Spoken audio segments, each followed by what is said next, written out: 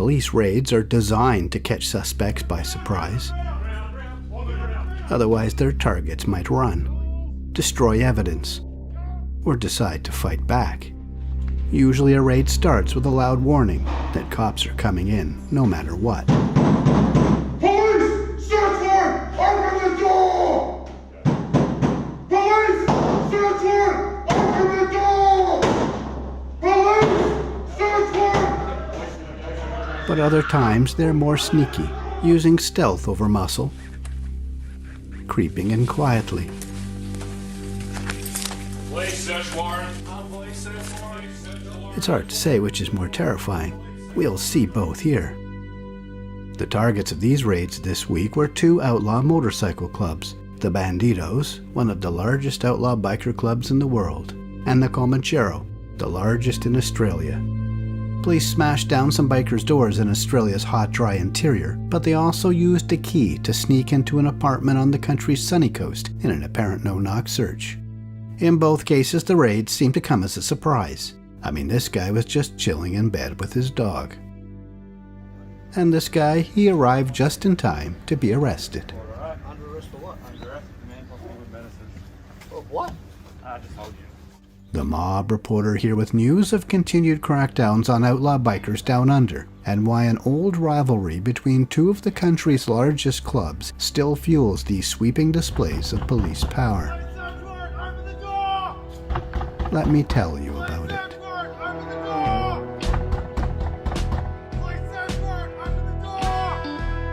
The raids targeting the Bandidos took place far from the city centres and suburbs of Australia's major cities.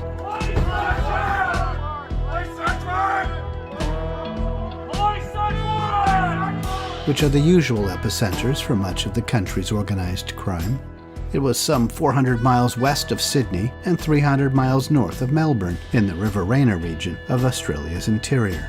It's not far from where they're filming the next Mad Max movie.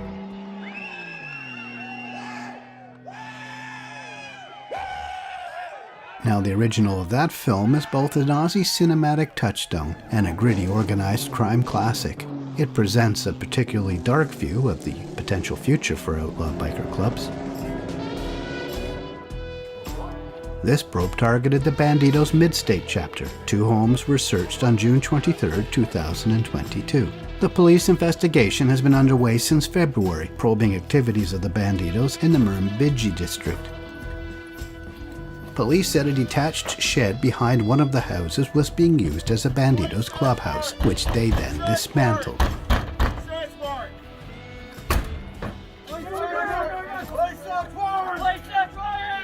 It couldn't have been very impressive, or police would surely have released photos of the inside. Instead, they show what was hauled out of it, which is lots of Bandido-branded clothing. It looks like it may have been more of a warehouse than a clubhouse, perhaps a central facility for all of Australia's chapters, because I can see support wear here for at least 10 different Bandidos chapters, including Melbourne, Sydney and Perth City, which is 2,000 miles away on the west coast. The presence of a clubhouse for one of the world's largest outlaw biker clubs seemed a surprise to many locals as well. The mayor where the clubhouse was raided said the bikies' presence had gone largely unnoticed, telling local media they had been of no real concern.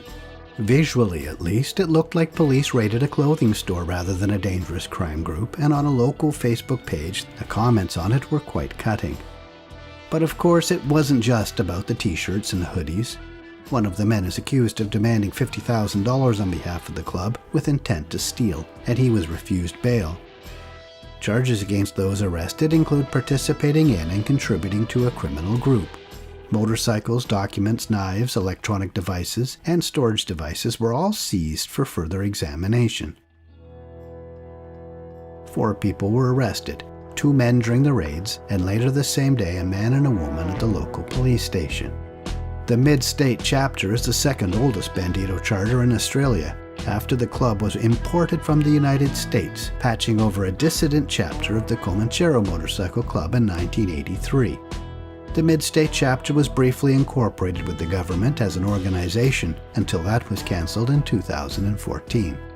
The Bandidos now claim to have more than 50 chapters in Australia.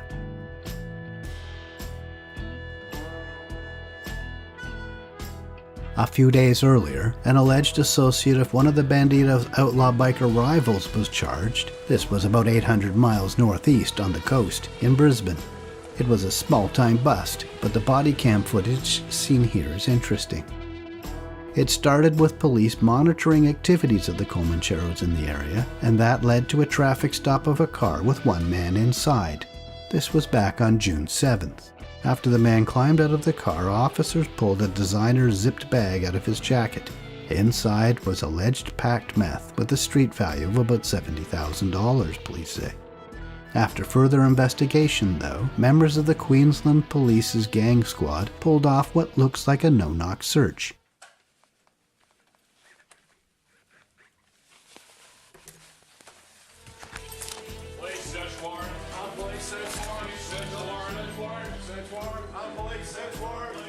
There's no smashed door here. The cops clearly have a key to the apartment and quietly use it. The apartment entry happened about an hour's drive down the coast from where the car stop was, in Surfer's Paradise. Police seized a bunch of other illicit items and arrested the 31-year-old driver of the car from the traffic stop, who authorities say is a Comanchero associate.